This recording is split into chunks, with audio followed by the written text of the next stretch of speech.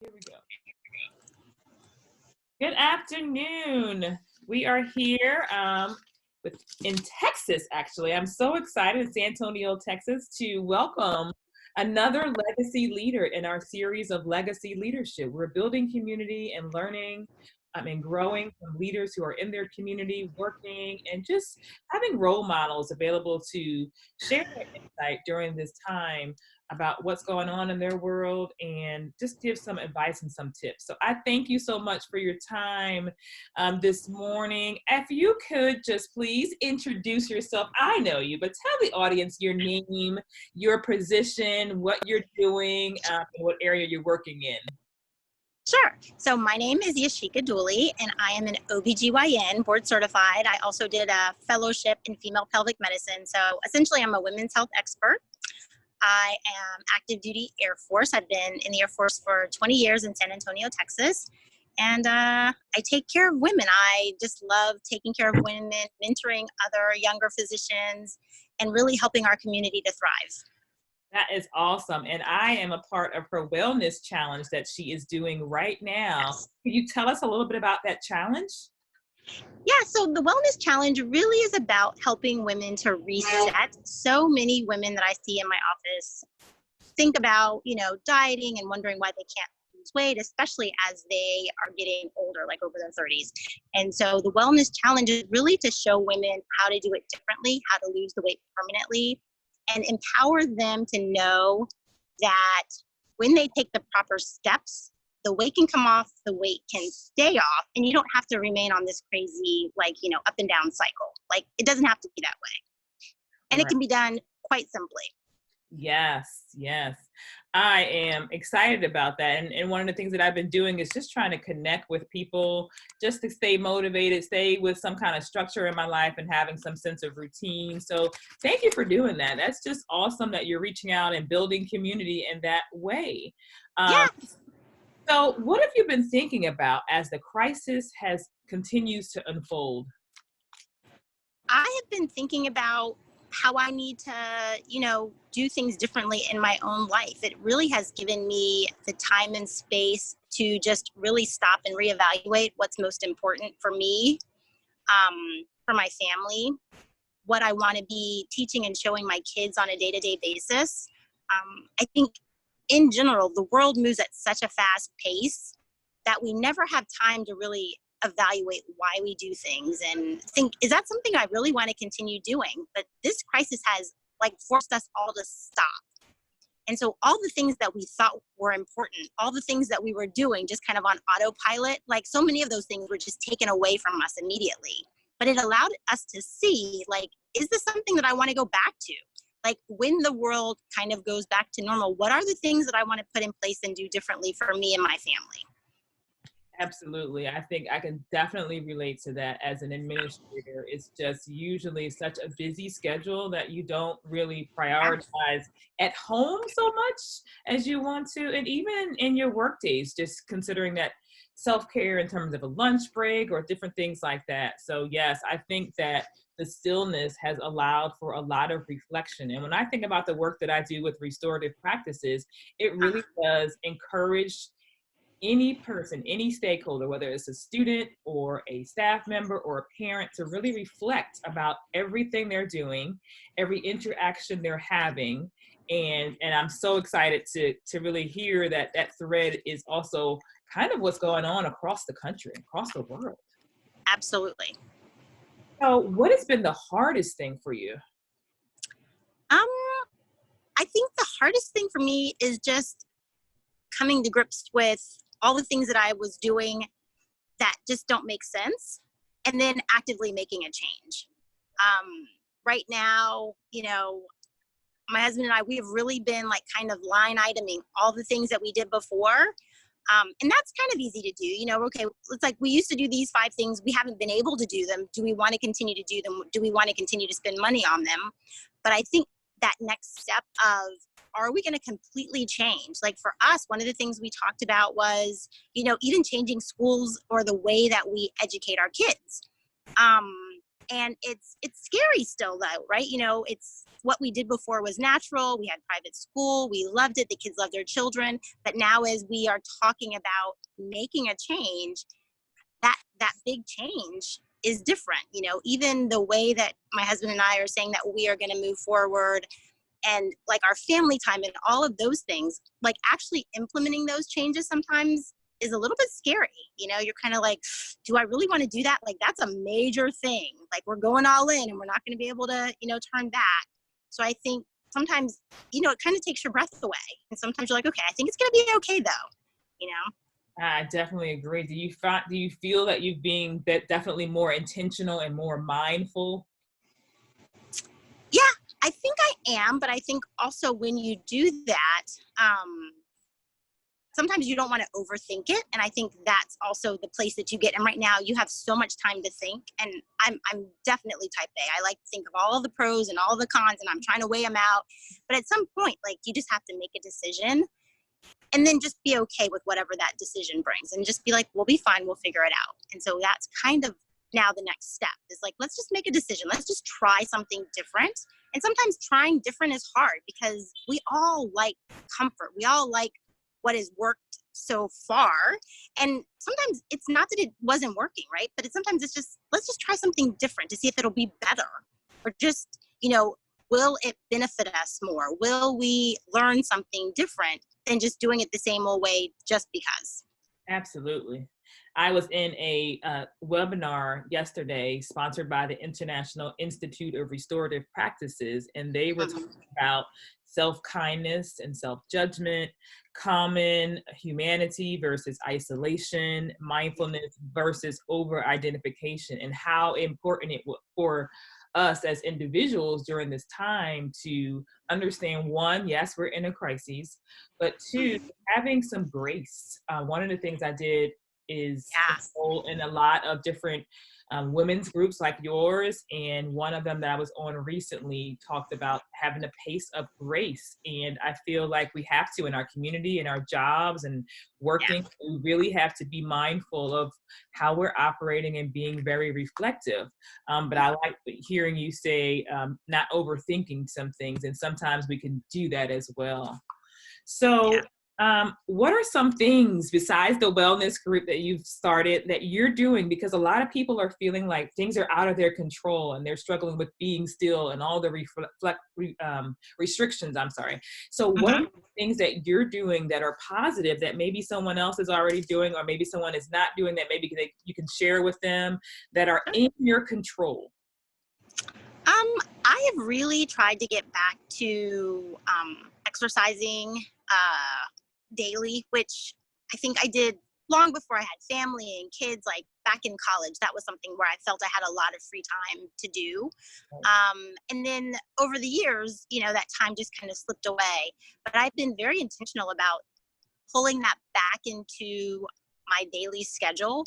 One, it allows me to get outside and breathe some fresh air. For me, exercise can be very restorative and a meditative type practice because I can listen to, you know, my music, and I can just kind of zone out a little bit and just be at peace with nature, but still moving my body and feeling like I'm getting some good energy and the juices flowing. And so that really has been one of the things that I've tried to do, you know, every day. And then also doing something with my kids outside, which, I mean, so often I always think, oh, we should play outside, we should do this. But like, we've been like just playing in the backyard, just enjoying one another outdoors, which in the regular world, you're just so busy. Like, you know, those hours just fly by. But just really spending quality time with them also outdoors has been really nice, and something that we've really focused on. And now the kids are like asking every day, okay, when are we going outside? We're ready to play. And so Yeah, that's been nice. I can relate. I think my son loves to go on a hike or walk with me around Baker Park.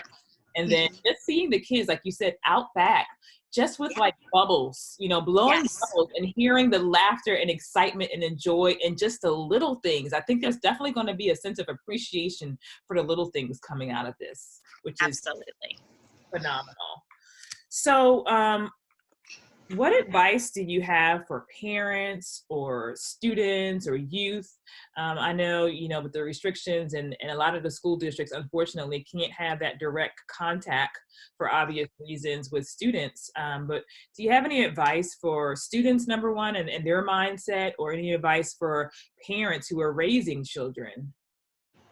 I think, like you said, having grace and just really being aware of everything that's going on. I think right now, so many areas across the country, the rates are different.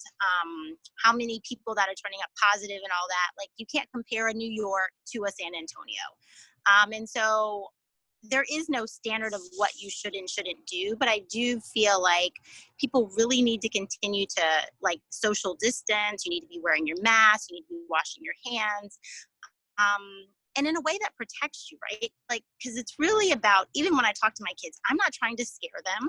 I Right. just want them to be aware. I want them to be taking precautions and doing the things so that we stay healthy. Um, and so I think making sure that everybody is aware of their own surroundings, whatever the numbers are in your city or town, and then proceeding. For us, in Texas, they're going to start, opening things up slowly.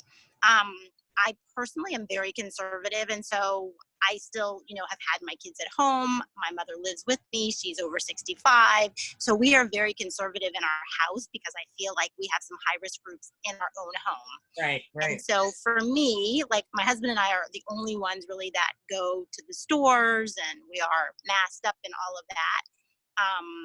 And I just really want to see the numbers before I decide that I'm going to let my kids start doing other things or I let my mother even start doing other things. People are still dying and the numbers are still out there and they're still pretty high.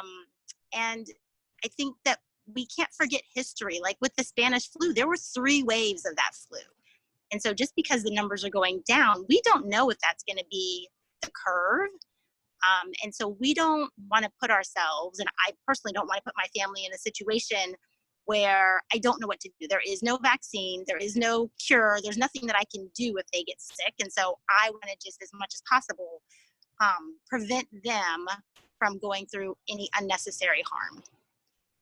Yes, thank you for that. And I think you bring up a good population of people to think about, those that are retired, those that are staying home. Any advice for those, like you said, your mom? My mother is in Philadelphia. She's, living by herself. My husband's mother is in Alabama, living by herself. What advice do Yeah, you have for them? Because I feel like yeah. they are probably struggling with the stillness a little bit. Absolutely. I think, just trying to connect with them as much as possible. My in-laws live in Florida. And so really it's just trying to like FaceTime, like all the things that we have already, trying to just do it more intentionally and more often to keep them in the loop as much as possible. So the kids are home all day. I'm like, let's call the grandparents. Let's do a Zoom call. Let's just chat with them and find out how they're doing and make that connection. I think that's what they're craving is just connection as much as possible.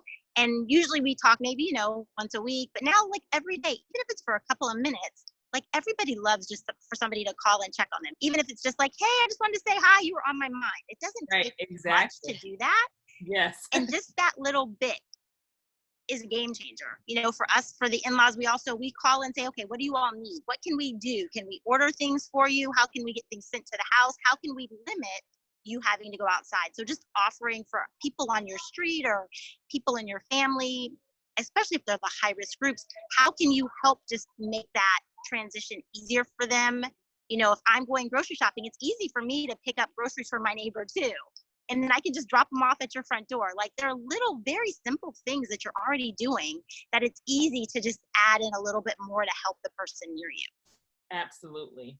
And then you brought up another point that I was thinking about with respect to just community in general, but our graduating seniors, a class of 2020, and even our Yeah, students who are going into their senior year thinking about, oh my God, what is my senior year going to look like? Any yeah. comment for the class of 2020, or I want to hear a little bit also about kind of your resilience in going from high school into through the military path to become a doctor. What kind of steps or advice could you give to students? And I would just say, these are historical times. This is going to be a time that people look back and like, they're going to say, where were you? What were you doing? And in the moment, I know so many are missing these monumental moments, to be a senior and to be missing graduation and, all the parties and all the festivities and all of that. I can imagine it's so hard because those are times that you've been like working so hard for all of these years. But just know that the celebrations, I think, are going to come, and they're going to be bigger and better as everything opens up, because we still want to be able to celebrate and honor all of the things that they've been able to do. And it's just going to look a little different, right? It's not going to be the traditional graduation or the traditional ceremony or whatever. And sometimes you just have to be like, but that's okay. I'm not sure, why things are different. And there's so many things that happen in life. And for me, I'm very spiritual. I don't always know why this is happening this way, but I always realize that, God has a bigger plan, and I don't always know that plan, but I just have to know and pray that it's going to work out exactly as it always is supposed to. And I can only just say that, and say it doesn't make a lot of sense to me, but I'm sure when we look back, 5, 10, 15 years from now, you'll be like, that was perfect. Because this happened this way, all of these other things happened, and it wouldn't have happened that way had that one thing not happened. And then for the students, I just think that you just have to realize that, this is a great example just in life. Things are always changing. I think this is just a really big dramatic change that happened what seems like very suddenly, but things are always changing. And so never get comfortable. I think, there's this great book about Who Moved My Cheese. And basically it's about these 4 mice. And one of them like gets comfortable and everything changes. And all of a sudden that mouse wakes up and like, the job is gone, the money is gone, the food is gone. But the other mice that are like actively always looking, always like trying to make sure they're on the cutting edge, that's how you stay on top of your game. So just never get comfortable. Things are always changing. Always just be like yearning to learn and do more and know more. And this is a great time just to show you, as you look at adults and as we're all kind of like scurrying about, like, you are young and you can take this opportunity to be like, I'm never going to be in a situation where I get caught off guard and I'm not able to be like sufficient, however that is, financially, mentally, spiritually. Because for so many, if you've planned financially, if you've got your emergency fund, if you've done whatever over the past year, like, this is an inconvenience, but it doesn't have to like knock you off your feet, right? But it's just how well you have planned and what you've put into place over the years that now allows you to ride the tough and turbulent times. And there's always going to be something tough and turbulent. It could be, a death, or you lose your job, or whatever. This just happens to be COVID, coronavirus is going on, but you always want to set yourself up that one thing doesn't knock you off your feet. Absolutely. I think planning is awesome and very, very important. And so I thank you today for your time. I want everyone to know that she is my line sister, one of the adventurous women of the Ratio 64. I'm trying to find our sister from Howard, every one of us. Yay! Yes. And I want to just say that, time spent with a Delta is always worth every second. So thank you, Soror, for your time today. I appreciate you. I applaud you for your community building. I applaud you for your service. Thank you for your service. I really appreciate all that you're doing. It just warms my heart to always be able to connect with our Howard students, and especially our sorors. So thank you so much for agreeing to this. And I look forward to continuing to bond with you through the wellness group and more. Hopefully we'll see you at homecoming in 25 for the 25th. Absolutely. It is all going to get better. We will be hanging out and partying hard like we always have. All right. Well, thank you so much for your time. You've heard it here, another legacy leader here. I appreciate you for tuning in, and have a wonderful day.